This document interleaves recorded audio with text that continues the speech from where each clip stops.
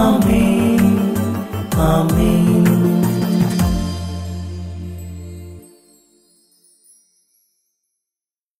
യേശുവിന്റെ ഏറ്റവും പ്രിയപ്പെട്ട സങ്കീർത്തനം 142:7.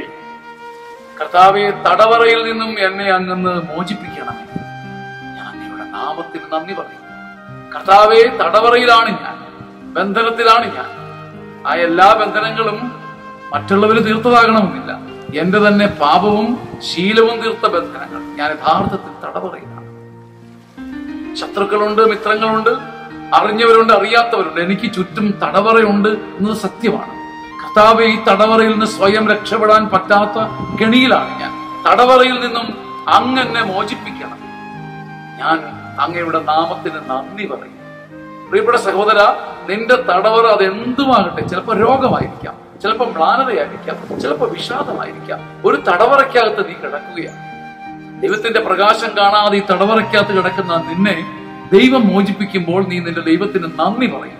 നന്ദി പറയാൻ തക്കവിധം കർത്താവേ, എന്റെ തടവറകളെ നീ തവിടുപൊടിയാക്കണമേ എന്ന് ഞാൻ വിശ്വസിച്ച് പ്രാർത്ഥിക്കുന്നു.